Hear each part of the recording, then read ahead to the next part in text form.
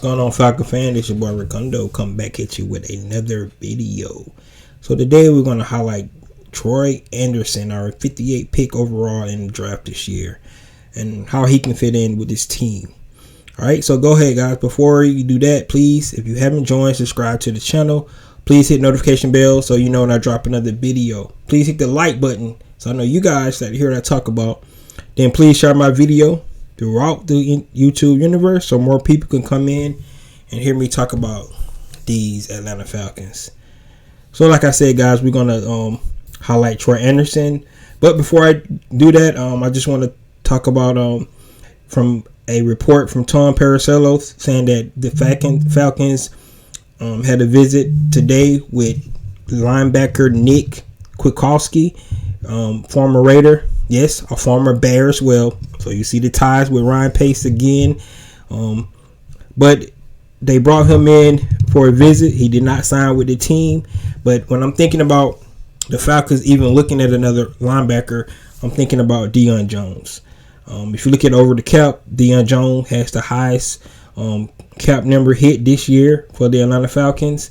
And if you're looking at it, and if you kind of read some of the tea leaves, bringing in a bigger linebacker to fill in, I think Dean Pease has a style of linebacker that he likes. If you look at last year, he moved Deion Jones from middle linebacker from Mike to Will because he said he wanted a bigger linebacker in the middle. They want to let Deion roam around and do what he do, but moving from Mike to Will, you don't call the plays anymore. So it's sort of like a demotion for Deion. It wasn't, but at the same time, the Mike linebacker is pretty much the quarterback of the defense. And Deion Jones kind of lost that role last year. So just throwing it out there, not saying that Deion Jones played bad last year. I thought he played well. He had 135 tackles. He led the team tackle for loss. So Deion Jones, to me, still had a pretty good season. Yes, it wasn't up to his old standards that he usually put on, but at the same time, I thought he played well. Got to remember, he was playing a whole different position last year. He wasn't playing Mike; he was playing Will, so that can factor in. But if you're looking over the cap, a post-1 June trade would give the Falcons about $14 million in cap savings. So $5 million of dead cap, which would add to the dead cap that we already have here, $62 million. So we already got the most dead cap in NFL history. So another $5 million won't really do anything. So if they was to trade him post June 1, they could actually save $14 million on the cap. So just a thought. I'm just putting it out there. Like I said, they invite another linebacker into the room, which to me, the linebacker room is already has good depth with Doran Ettrich, the undrafted free agents that they brought in, and then this young guy that we finna highlight right now. Why would they bring in another veteran linebacker unless they weren't thinking about doing something with Deion Jones? So I just wanted to throw that out there. All right, so let's go ahead and talk about Troy Andersen. Troy Andersen, 58 pick overall. Like I said, this guy here is just a total athlete. You don't pick players because of just their athletic abilities. In this case, I thought the Falcons picked Troy Andersen because not only his play on the field, but his ceiling. I think his ceiling is very high for Troy Andersen. I mean, he only been playing linebackers in college for the last 2 years. And if you look at what he did last year, he notched 147 tackles on 14 for a loss, 2 sacks, 9 pass defense, and 2 interceptions. And that was in the 15 games. He was named the Defensive Player of the Year at FCS and unanimous first team All-American. Remember what I said yesterday, guys, when we talking about these players. All these players the Falcons drafted this year had some kind of award that they earned this year. They was like number 1 in some category. So they went out and got straight up guys that was hungry, who actually shined they last year in college, and they want to see if they can bring that same kind of success to this team this year, because I think all these guys have a chance to contribute. So just want to highlight that. But Troy Andersen, the role I think he's going to play, I think he would play that wheel starting out because of his inexperience at linebacker. I would think they probably would put Rashaan Evans at the middle linebacker spot to call the plays, to be that quarterback in the middle.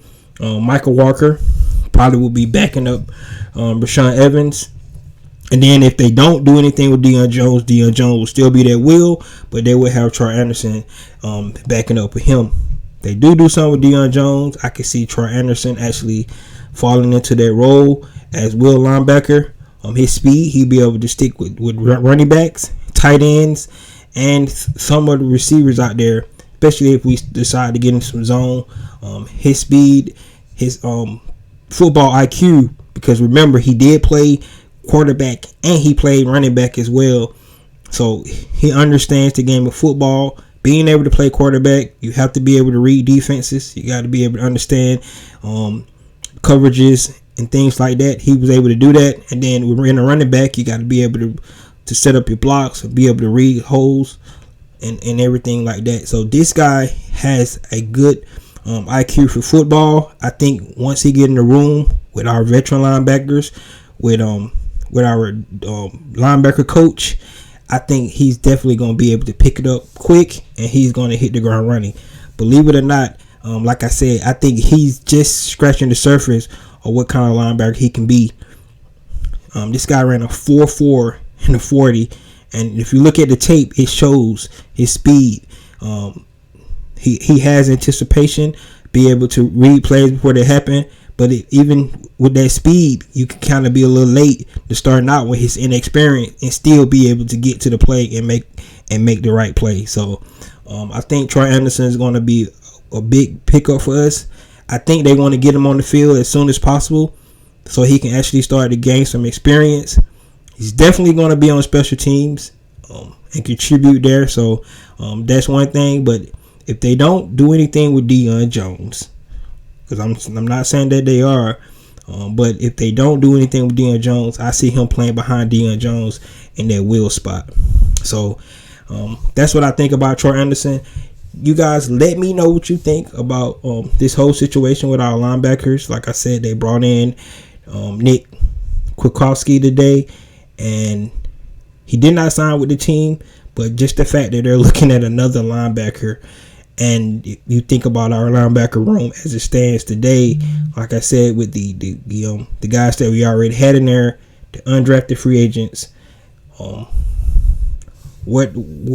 I understand that, they say they're always looking for somebody to come in and compete, but I would think that the linebacker room would be pretty solid. So just interesting thing to see that report today about Nick Kwiatkoski coming in and actually visiting with the Falcons. And once again, his ties to Chicago. So we'll have to see what's going to happen with that. So guys, just let me know what you think about this young phenom linebacker, and see what you think he's going to be able to bring to this defense this year. And this your boy Ricondo, coming back at you with another video. Peace.